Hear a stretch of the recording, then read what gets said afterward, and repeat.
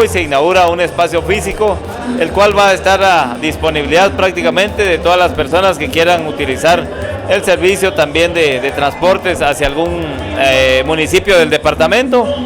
La coordinación que va a existir entre transportistas de todo el departamento va a permitir que cualquier persona pueda enviar una encomienda de la cabecera departamental hacia algún municipio, de Santa Cruz de Quiché a San Antonio, Santa Cruz de Quiché hacia Cotzal, Chajul, Nevaj, etcétera. Yo creo que va a ser una de las más oportunidades que va a tener la población para poder coordinar el envío también de mercadería o de productos a algún otro municipio de nuestro departamento.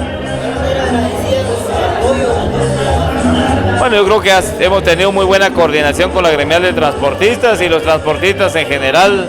Yo creo que hoy se refleja en esta coordinación que se tuvo con la construcción de este espacio físico en donde, insisto, va a ser de mucha utilidad para la población. Estamos dando ya que vamos a tener un lugar especial para nuestras reuniones y poder atender mejor a los agremiados.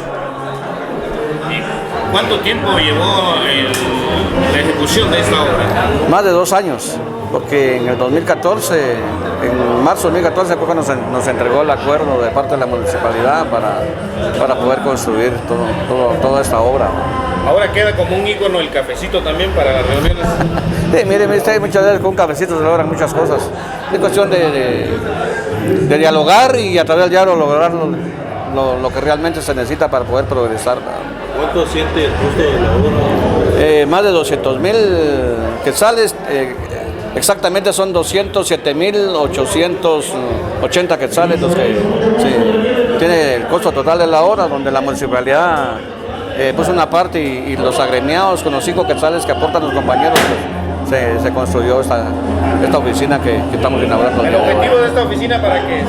Mire, principalmente para poder atender a los agremiados a través de secretaría, algunos tipos de reuniones con algunos grupos y específicamente de un proyecto que tenemos nosotros hacia el futuro de poder trabajar con encomiendas para que en el mismo día se puedan entregar con el transporte que tenemos agremiado.